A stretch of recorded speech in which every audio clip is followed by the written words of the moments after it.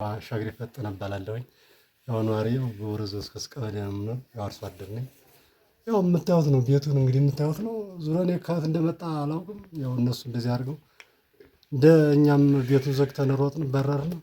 ልመጣ ቤታችን እንደዚሁ ነው ወደመ። እንግዲህ የምታዩት ነው። ዛሬ ክረምት ነው፣ መረሻም የለንም። እንዳውም ዛሬ ቤተክርስቲያን ሄጄ ልለምን ብዬ ነበረ።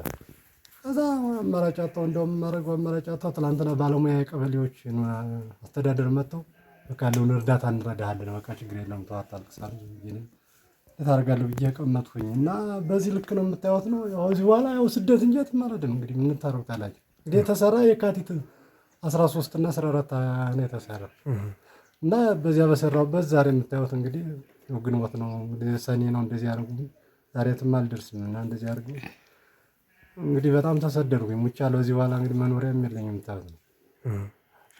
በማን ነው አሁን ውድመት የደረሰው? እንግዲህ ባለስልጣኑ ያው እንግዲህ አብይ ነው እንደዚህ ያደረገብኝ።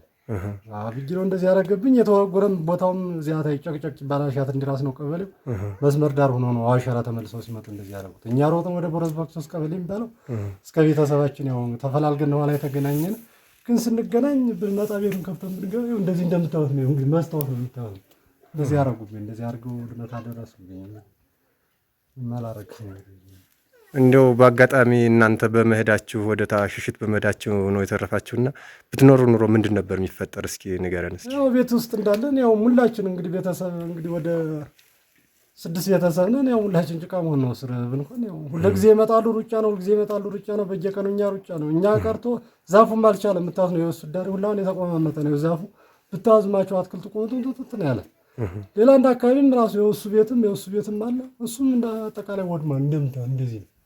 ቤቱ ዋጋም የለንም እና ከዚህ በኋላ ምንም መረሻም የለንም። መተነራሽ ዋጋም የለንም። ያዘመድ ብዙ ጊዜ ብልጽግና አመራር ባዮች እናንተ አትሩጡ፣ እኛ የምንፈልግ ፋኖን ነው፣ ለምን ትሮጣላችሁ እያሉ በየቤተ ክርስቲያኑ ብዙ ጊዜ ይናገራሉና እንዴት አየኸው እሱን? አዎ አትሩጡ ነው የሚለው። ግን ስንገኝ ደግሞ እኛን ፋኖ ፈትን ሄደ አምጡኛን በሽመል መከራ ነው። እኛም በሽመል መደብደብ ነው ወይ የሚበላም የሚጠጣም የሌለውን መሳሪያ ለምጧ ነው እየተባለ እየተደበደብ ነው። እኛም ዋጋም የለንም። ብታይ እንዲያው እዚህ አካባቢ ያለን ይሄ ወደ ላይ ያለ የቦረስኩስ ቀበሌ አንገት በላይ በሽመል ነው የምንደበደብ። ባለፈው እንደውም እኮ ለዲት መጥተው መሳሪያ ላችሁ ተመጣላችሁ ተብለን እንደውም ተደብድበን ስንደበደባረን እና በዚህ ልክ እንደዚህ እያደረጉን ነው። መረሻ ማጣነኛ እንግዲህ ዛሬ ጀምሮ ሲዘንብ እዳሪ ነው እንግዲህ ትላንትና ጭቃ ነው የሆነ ያውላ በሙሉ እኛ ብንታገዝ የሚለውን ነው።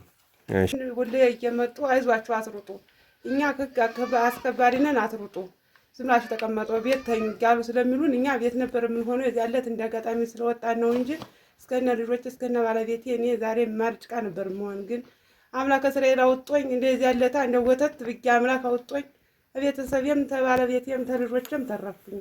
ዛሬ በሐምሌ እንግዲህ ዛሬ ወዴት ነው የምሄደው? ከት ነው የምደርሰውስ? አሁን ግራ በገባበት ሰዓት እንደዚህ አድርገው ቤቴን ወዱብኝ ነው የኔ ያለ። ማን ነው እንደው ጉዳት ያደረሰው ሲንገሪን እስኪ? መከላከያ ነው እንጂ ፋኖማ ምን እሱ ሳውጭኝ የለም። መከላከያ እየመጣ ሁሌ ሌት ክፈቱ ይላል፣ ሌት ያስከፍታል፣ ሌት ሲያገራብደን ያራል። ደግሞ ቀን ደግሞ እየመጣ ደግሞ እኔን ግራ ያገባል። አዎ ይሄ ነው እኔ ያለኝ። እንደው በምንድን ነው ይሄ ቤት የወደመ? ኧረ እኔ ምን አውቄ ብዙ ነው የሚሉት መሰል በመኪናይቱ ይባላል። እኛ ምን አናውቅ የቤት ሰው አይደለም። በመኪና ነው የሚጣል ይባላል። አይናችን አይም ቤት ተኙ ነው የሚሉን። ቤት ነው የምንቀመጠው። የዚህ ያለት አምላክ እንደው ገበያ ቀን ሆኖ አምላክ አወጣኝ።